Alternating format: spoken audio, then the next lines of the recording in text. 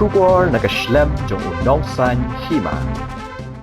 Usambut Menteri Rangba Kejela Ubak Prestun Tunsong, Komu National Vice President Keseng NPP, Ulaong, Ba, Kibri Gulayu Hakikot Kubor, Bakidon Ki Kena Rit Kena Ria, Kiong Ba ke NPP Keterwa San Klor, Bat Shipho Klor, Nakabenta Banwan Yeng Election. Ya kani nakaliang Ba Prestun lakren ha kejingan lang pediang burom ya ka jingrung jo Ba Kimfa Esmar Banyang, ha ka arpu kandai trek ubenai no pra arajar arpu ar haram berai. Syuk-syuk loong bagani kadai tangkanya ki kena rin, bakim don por banya san, bakim don poru banya tainya. Ngau baha wat snow tu baklaru, nama ki kandidat, ki parti ki baper, menta ka baki kedau ki kalong bet ya ke NPP,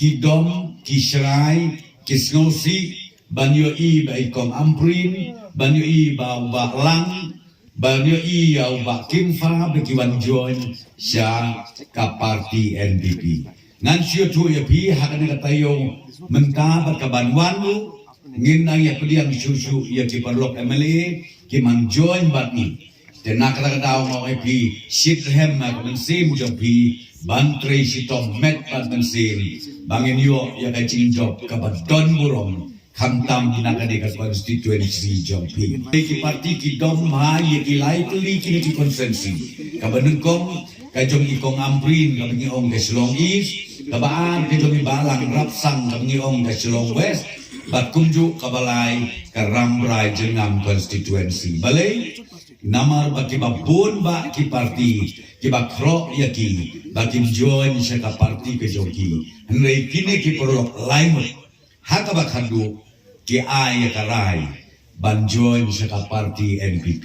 kung ta kindon ki babun ba ki baran pensutu bakla piyo i ko kotubor don ki kenari ki orang batruwa ka NPP Sanklur Sipoklur hana nakabenta banwan yang election kata de kania ki kenari ka bangim don por banyak sat ngimdon por banyak tainia namar ubreu iman